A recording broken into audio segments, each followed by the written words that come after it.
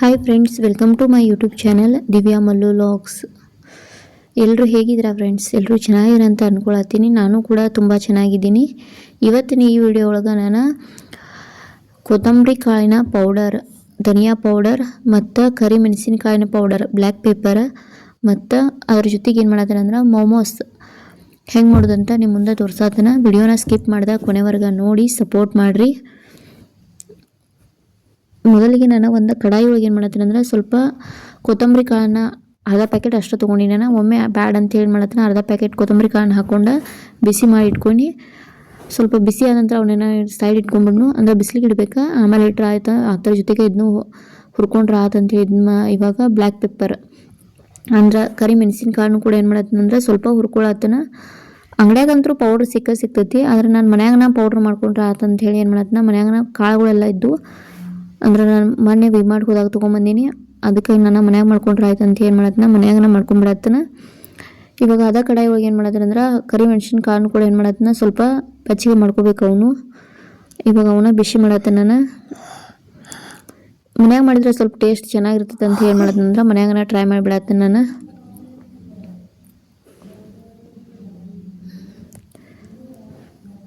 ನೀವು ಏನಾದರೂ ಮನ್ಯಾಗ ಮಾಡೋರಿದ್ರೆ ಹಿಂಗೆ ಮಾಡ್ತಿರೋ ಅಥವಾ ಬೇರೆ ಥರ ಮಾಡ್ತಿರೋ, ಏನು ಮತ್ತು ಇದ್ರೊಳಗೆ ಏನಾದರೂ ಬೇರೆ ಪ್ರಾಡಕ್ಟ್ಗಳನ್ನ ಸೇರಿಸ್ತಿರೋ ಅನ್ನೋದನ್ನ ನಂಗೆ ಕಮೆಂಟ್ ಮೂಲಕ ತಿಳಿಸ್ರಿ. ನಾನು ಅಷ್ಟೇ ನಿಂಗೆ ಏನು ಹಾಕಿಲ್ಲ ಇದ್ರೊಳಗೆ, ಸಿಂಪಲ್ಲಾಗಿ ಮಾಡತ್ನ. ಅಂದ್ರೆ ಯಾವುದೇ ವಸ್ತುಗಳನ್ನು ಯೂಸ್ ಮಾಡಲ್ಲ, ಹಂಗೆ ಜಸ್ಟ್ ಅದನ್ನ ಬಿಸಿ ಮಾಡ್ಕೊಂಡ್ಬಿಟ್ಟು ಮಾಡತ್ನ.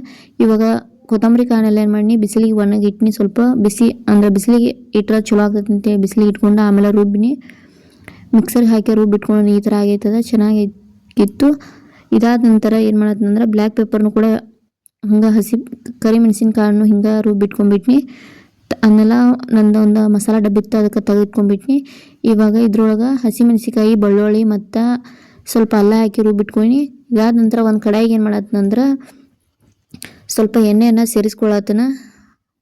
ಅಂದ್ರೆ ಮೋಮೋಸ್ ಮಾಡ್ರೆ ಆಯ್ತು ಅಂಥೇಳಿ ಅದ್ರ ಜೊತೆಗೆ ಕಂಟಿನ್ಯೂ ಮಾಡಿ ಮೋಮೋಸ್ ಮಾಡ್ಬೇಕಂತ ಏನು ಮಾಡಿ ಒಂದು ಕಡಾಯಿಗೆ ಎಣ್ಣೆ ಸೇರಿಸ್ಕೊಂಡ್ಬಿಟ್ಟು ಸ್ವಲ್ಪ ಜೀರಿಗೆಯನ್ನು ಹಾಕ್ಕೊಂಡನ. ಸಾಸಿವೆ ಅಂತೂ ಹಾಕೋಬಾರ್ದು ಇದಕ್ಕೆ. ಇವೆಲ್ಲ ಹಸಿಮೆಣ್ಸಿಕಾಯಿ, ಬೆಳ್ಳುಳ್ಳಿ ಎಲ್ಲ ಏನು ರುಬ್ಬಿಟ್ಕೊಂಡಿಲ್ಲ, ಅದನ್ನೂ ಚೊಳ ರುಬ್ಬಿಟ್ಕೊಂಡೀನಿ. ಪೂರ ಸಣ್ಣಂಗೆ ಅಂತೂ ರುಬ್ಬಿಟ್ಕೊಂಡಿರಲ್ಲ, ಅದನ್ನೂ ಸೇರಿಸ್ಕೊಂಡು ಸ್ವಲ್ಪ ಬಿಸಿ ಮಾಡ್ಕೊಂಡು ಇದಾದ ನಂತರ ನಾನು ಹೆಂಚಿಟ್ಕೊಂಡಿರುವ ಕ್ಯಾಬೇಜ ಮತ್ತು ನಾನು ಹೆಚ್ಚಿಟ್ಕೊಂಡಿರುವ ಗಜ್ಜರಿನೂ ಕೂಡ ಸೇರಿಸ್ಕೊಳತ್ತೇನೆ. ಇವನ್ನೆರಡೂ ಸೇರಿಸಿದ ನಂತರ ಅದಕ್ಕೆ ನಾನು ಏನು ಮಾಡತ್ತೀನಿ ಅಂದರೆ ಇವಾಗ ಕೊತ್ತಂಬರಿ ಸೊಪ್ಪನ್ನು ಹಾಕಿಬಿಡತ್ತೇನೆ. ಮತ್ತು ಅದರ ಜೊತೆಗೆ ನಾನು ಏನು ಮಾಡತ್ತೀನಿ ಅಂದರೆ ರುಚಿಗೆ ತಕ್ಕಷ್ಟು ಉಪ್ಪನ್ನು ಸೇರಿಸ್ಬಿಟ್ಟು ಎಣ್ಣೆಯಲ್ಲಿ ಚೆನ್ನಾಗಿ ಫ್ರೈ ಮಾಡ್ಕೋಬೇಕಿದ್ನು. ಅಂದ್ರೆ ಹಂಗೆ ಹುರ್ಕೋಬೇಕಿದ್ನು, ಅಂದ್ರೆ ನೀಟಾಗಿ ಹುರ್ಕೊಂಡ್ರೆ ಚೆನ್ನಾಗಿರ್ತೈತಿ. ಇಲ್ಲಿಕಂದ್ರೆ ಒಂಥರ ಬಾಯಾಗ ತಿನ್ನೋಕೆ ಒಂಥರ ಹಸಿ ಇರ್ತೈತಿಲ್ಲ, ಅದಕ್ಕಾಗಿ ಸ್ವಲ್ಪ ಹುರ್ಕೊಂಡ್ರೆ ಟೇಸ್ಟ್ ಚೆನ್ನಾಗಿ ಬರ್ತೈತಿ. ಚೆನ್ನಾಗಿ ನಾವು ಹೆಂಗೆ ಹುರ್ಕೋತಾರೋ ಹಂಗೆ ಟೇಸ್ಟ್ ಬರ್ತೈತದ. ಅದಕ್ಕಾಗಿ ಅದನ್ನು ಚೆನ್ನಾಗಿ ಹುರ್ಕೊಂಡ್ಬಿಟ್ನಿ. ಇದಾದ ನಂತರ ನಾನು ಹಿಟ್ಟನ್ನು ಕೂಡ ಮೊದಲು ನಾದಿ ಇಟ್ಕೊಂಡ್ಬಿಟ್ಟಿನಿ. ಇವಾಗ ಹಿಟ್ಟನ್ನು ಚಪಾತಿ ಹೆಂಗೆ ಮಾಡ್ತಲ್ಲ ಹಂಗೆ ಅದಕ್ಕಿಂತ ಸ್ವಲ್ಪ ಪುರಿ ಥರ ಲಟ್ಸ್ಕೊಂಡ್ಬಿಡ್ಬಿ ಇವಾಗ. ಅಂದರೆ ದಂಡೆ ಅಂತೂ ತೆಳಗೆ ಲಟ್ಸ್ಕೋಬೇಕು, ನಡುವಟ್ಟ ದಪ್ಪ ಇಡಬೇಕಾಗ್ತೈತಿ.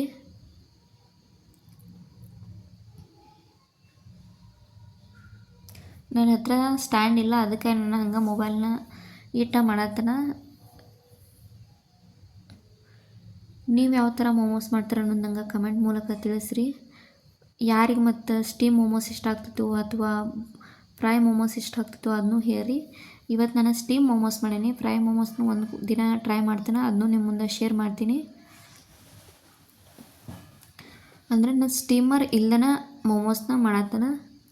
ಆಲ್ಮೋಸ್ಟ್ ಯಾರ ಮನ್ಯಾಗಂತೂ ಸ್ಟೀಮರ್ ಇರೋಲ್ಲ. ಅಥವಾ ನಿಮ್ಮ ಮನ್ಯಾಗ ಇಡ್ಲಿ ಕುಕ್ಕರ್ ಇದ್ದರೆ ಇಡ್ಲಿ ಕುಕ್ಕರ್ ಮೂಲಕ ನೀವು ಮಾಡ್ಬೋದು. ನನ್ನ ಹತ್ರ ಇಲ್ಲಿ ಇಡ್ಲಿ ಕುಕ್ಕರ್ ಇರೋಕ್ಕಿಲ್ಲ.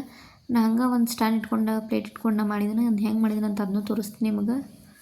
ಇವಾಗ ನೀಟಾಗಿ ನಾವು ಹೆಂಗೆ ಮೋದಕ ಮಾಡ್ಕೋತಲ್ಲ ಅದೇ ಥರ ಇದನ್ನು ಮಾಡ್ಕೋಬೇಕಾ.